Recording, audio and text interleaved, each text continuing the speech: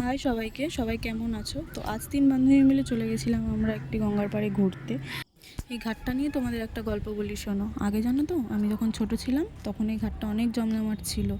এপার থেকে ওপারে যাওয়া যেত নৌকা করে, কিন্তু আস্তে আস্তে এই ঘাটটা এমন অন্ধকার শুনশান হয়ে গেছে, আমাদের দেখে নিজেদেরই মনটা কেমন খারাপ হচ্ছিল। চারিদিকটা কেমন অন্ধকার এবং শুনশান হয়ে আছে।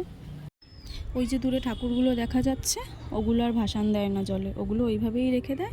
আস্তে আস্তে বৃষ্টির জলে ভিজে ভিজে ওগুলো মিলিয়ে হয়ে যায়। চারিদিকটা এত অন্ধকার ছিল বলে শেষে 3 বান্ধবী মিলে দৌড়ে ছুটেছি এক পালিয়ে। এত ভয় লাগছিল যে কি আর বলবো। তারপরে ওখানে আর না থেকে ওখান থেকে বাড়ির দিকে চলে আসছিলাম। তারপর ভাবলাম যে না, কিছু খেয়ে দে তারপরে বাড়িতে যাওয়া যাক। তারপরে চলে গেলাম 3 বান্ধবী মিলে একটুখানি খাওয়া দাওয়া করতে। একটুখানি খেলাম চাউমিন আর একটুখানি চিকেন পকোড়া নিয়েছিলাম। 3জন মিলে বসে একটুখানি খাওয়া দাওয়া করলাম, একটুখানি আড্ডা দিলাম, দিয়ে তারপরে বাড়ির দিকে পৌঁছে গেলাম। এভাবেই আমার দিনটা কেটে গেল। ভিডিওটা ভালো লেগে থাকলে চ্যানেলটাকে অবশ্যই সাবস্ক্রাইব করতে ভুলো না।